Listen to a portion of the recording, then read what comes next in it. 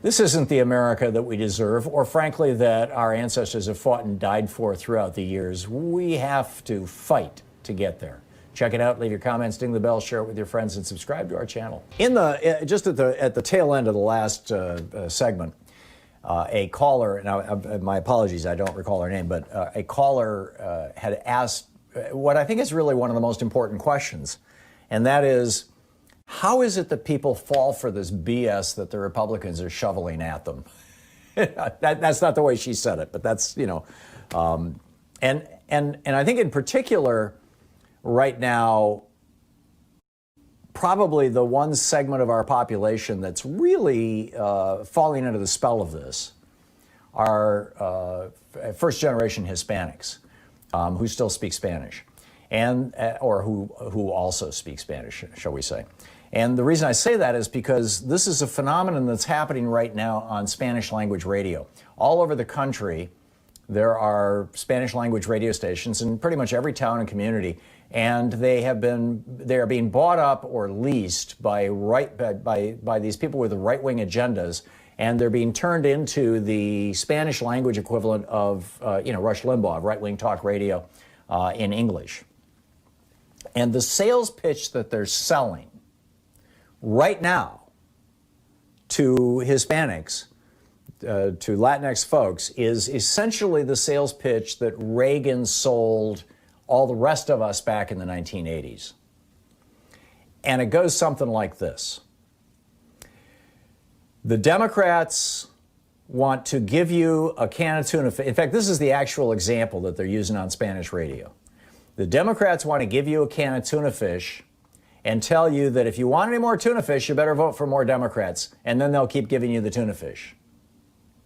Whereas Republicans want to teach you how to fish so that you can get your own fish.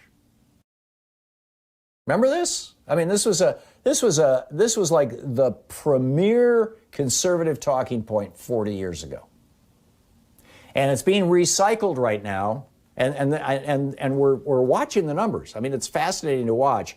Hispanic support for Republicans has almost doubled in the last 2 or 3 months. And it's because of this particular message. And what it boils down to is that there are two ways to define freedom.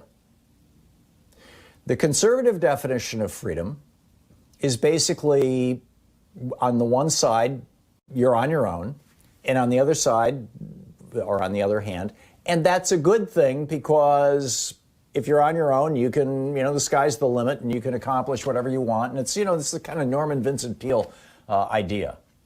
And there's a lot of merit to the idea that, we should all individually and collectively be able to strive for and achieve our highest potential, and that the job of government shouldn't be to just give us a can of tuna fish.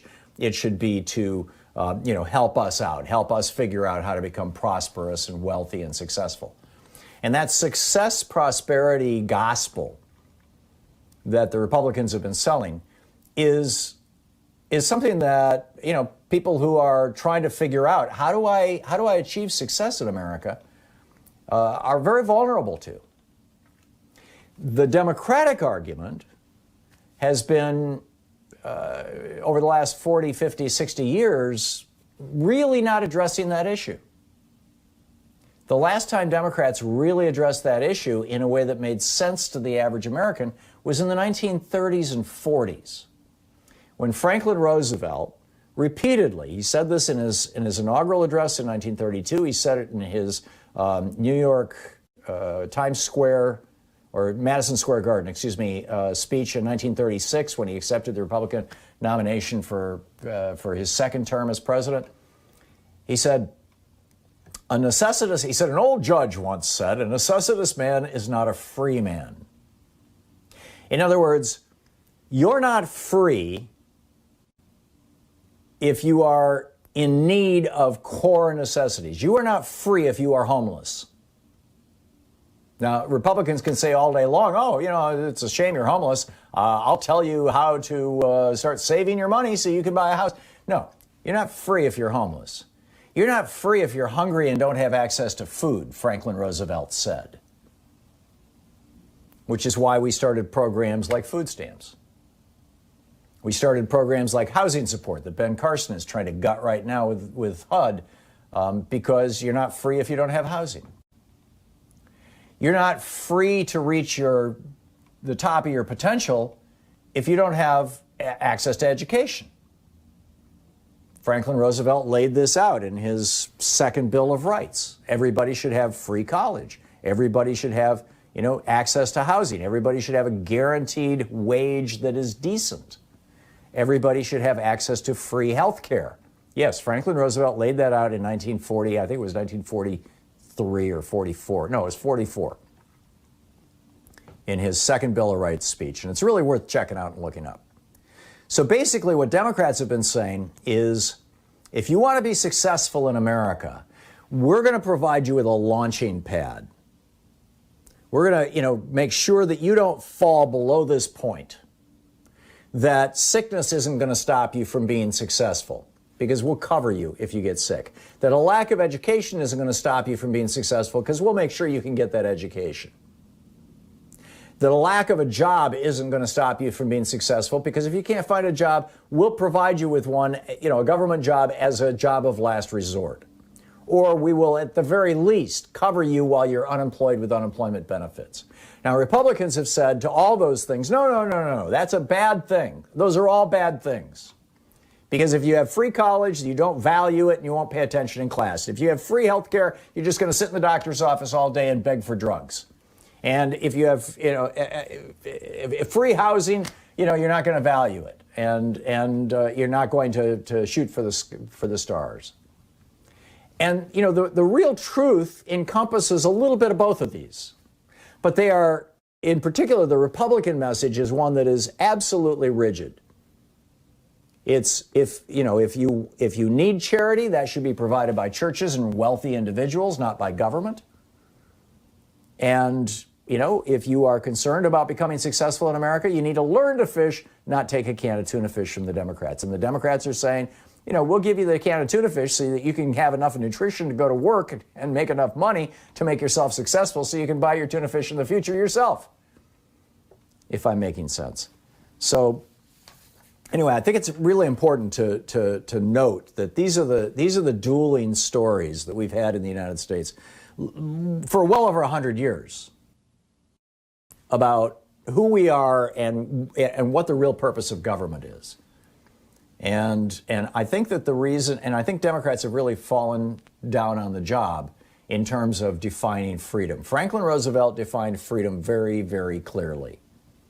You are free if you can stand on your own 2 feet, because government has helped support you to the point where you can stand on your own 2 feet, and then you march forward. And the Republicans have said, hey, you're not on your own 2 feet, tough luck. In fact, we're going to cause you even greater pain as a way of trying to incentivize you. This was the debate, the Republican primary debate, when Ron Paul said, when Anderson Cooper said, well, you got a 30-year-old guy who didn't bother to buy health insurance, and he got hit by a car right in front of the hospital, and he's laying there bleeding. What should happen? And Ron Paul goes into this long riff about how when he was a doctor back in the 50s, he used to get paid with chickens. I mean, that's their story, essentially, is tough luck, you're on your own. And that is supposed to encourage you to become successful. Well, some small percentage of people it does encourage, but the vast majority of people, it wounds terribly. And if we don't understand the sales pitch that Republicans are making, that conservatives are making, we can't counter it. But this is one that the billionaire class, the very, very wealthy, have loved for a long, long time. They are believers in neo-Calvinism. John Calvin, came along and said, God has chosen, before the beginning of the earth, God chose who was going to be successful, who was a good person, and who wasn't, who was an evil person. And how do you know who's a good person? Who should be running things? Who should be ruling things? Who should be making decisions for society? They're rich. That's the proof of God's blessing. And this new kind of Calvinism is the principal underpinning of the Republican worship of great wealth.